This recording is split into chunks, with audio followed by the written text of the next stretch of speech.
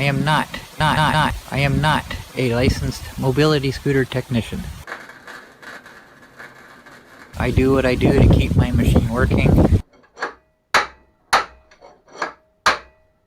If you're having problems with your machine, I suggest going to your dealer. If you add accessories, warranty goes bye-bye. So I just kind of want to enjoy what I can while I can. So I strongly suggest you don't do the things that I do. I make the mistakes so you don't have to.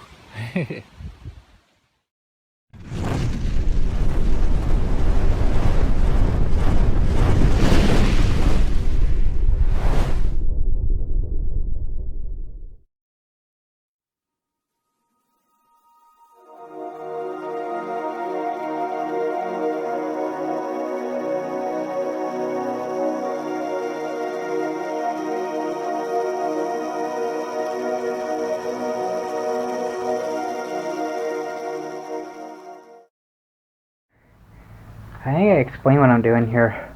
I talked about this in an update video, but I haven't actually done anything yet. So I was having an issue with the Monster.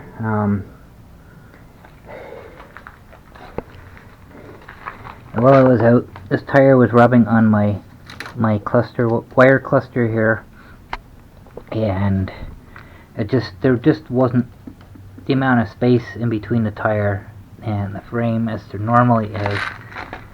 So I thought maybe one of my clips, zip ties, had come broken or whatever. So I just kind of moved it out of the way. So at first it was only doing it if I hit a big bump, and then it was doing it constant. So it was rubbing. I had no idea why. And then I realized there was very little space in here between the tire and the frame. So if I put the fender back on, like it sits about here, there's no room for it to compress. So I knew something was wrong. So I went out one more time, and I had noticed that the Monster was kind of leaning to the right. It just wasn't sitting normal. So I kind of, can't really tell. I'm not sure if I'm holding the camera level or not, but my battery tray back here is leaning towards the back, so this is compressed more than it's supposed to be.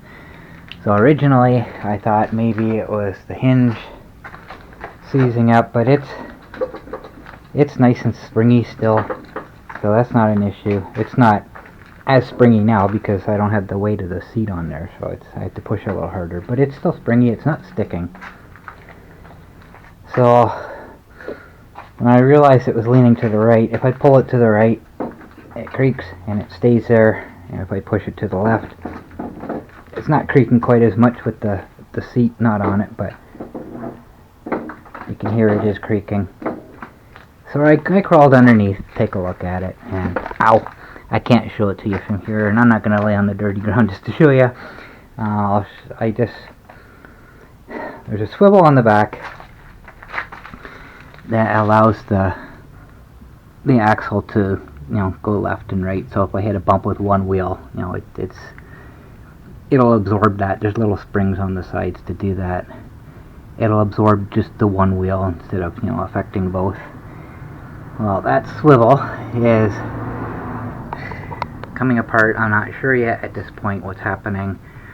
It's in two parts, and one part is actually pointing upwards at the end, so it's either broke or ready to break, or the bearings have completely collapsed in it. I don't know yet. I'm hoping it's that simple, and I'm hoping I have bearings that fit already.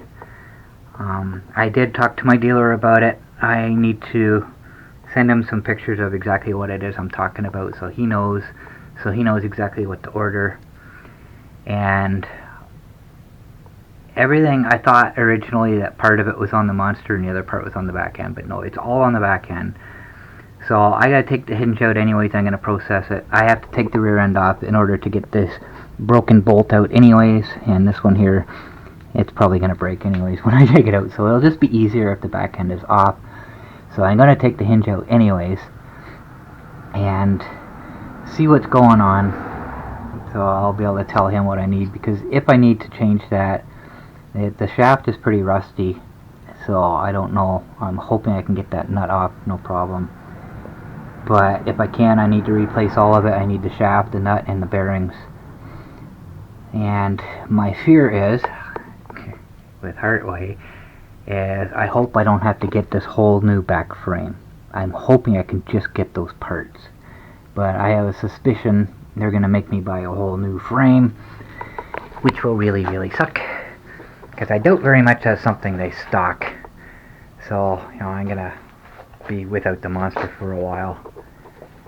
So the problem is, it's mid-September right now. We're getting really nice weather. I really want to go out and drive. I'm stuck with the S950. I don't take it very far because it's coming apart. It's just sat for so long, the rust has got to it. So I have to get this working, so I'm hoping I have the parts. I hope. And it's something simple, easier than I'm anticipating to fix. So that's kind of the update as to what's happening now. And the leaves on the trees haven't started changing yet. I want to do an autumn colors tour out of town on the nice dirt roads that are heavily treed, because there's a lot of maple trees and oak trees out there that look pretty nice. I haven't been able to do that, because every year at this time there's a problem with the monster and I can't drive it until I'm past that time when the leaves have changed and already fallen off the trees. So I'm just hoping. It's a never-ending battle with this stupid machine, trying to get things working. So my goal today is I gotta lift the monster up. I'm gonna use the overhead winch to help lift it, because I can't. It's pretty heavy. And then I'm gonna stick stands on it. And my goal today is to get the hinge pin out, and get the back end off of it. That is my goal. But before I can do that, I gotta unplug the motor and the brake and pull the wires through so I don't accidentally overstress those wires. Yeah, I'll just kind of go from there. But my goal is to get the rear hinge off, and that honestly will probably be the only thing I do today. I'm having a serious motivation issue right now. It's sat here for 3 days, at least 3 days, 4 maybe. I haven't touched it yet. It's been so hot in here. But it's it's another hot day, but the sun is limited because there's cloudy periods. There is rain out there. There's rain to our east and rain to our west. None of it's hit us yet, but we are getting a little bit of clouds, so the sun's not constant, which is helping. It's not super hot in here. Another project I just don't want to do, but I never got anything finished because the other problems kept coming up, but it's time to do the back end on this. And then I got everything all repainted, got rid of the rust, and good until spring. Is over winter, it's going to get another blast of rust, or blast of salt, which is going to cause the rust to come back again. And the only reason I repaint everything is just to slow the process down, slow down the rust. Because even if everybody keeps telling me about the rust-proofing stuff, but even if I do that, that's only going to help the outside. I think I've explained several times. There's a hole in the bar right there. You can't see it. I don't know why they're there. All the bars have holes in them. I don't know if it's for drainage if water gets inside, but there's holes in all my bars. So, the water, well, this water's not going to spray up with the fender on, but salt is going to get up in there, because obviously it's here, and that'll be from the front wheel flipping up onto it. If I get into some slush or something, it sprays all over, so that'll be from the salt just right here.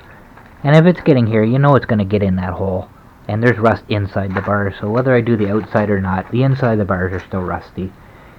And I've showed that with the front bumper. The bottom bar on the bumper it's rotted right through. There's holes in it, because somehow the salt crap got inside the bar and rotted it from the inside. So no matter what I do to the outside, it's still going to get inside the bars. So I just keep repainting the outside just to slow the rust process down. So let's see what I can get done today.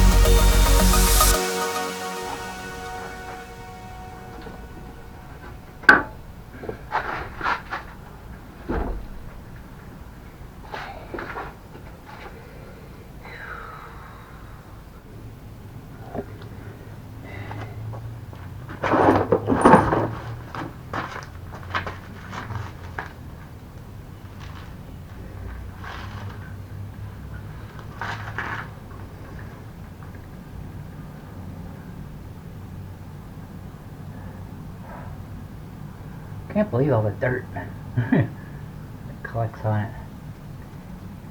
Hey.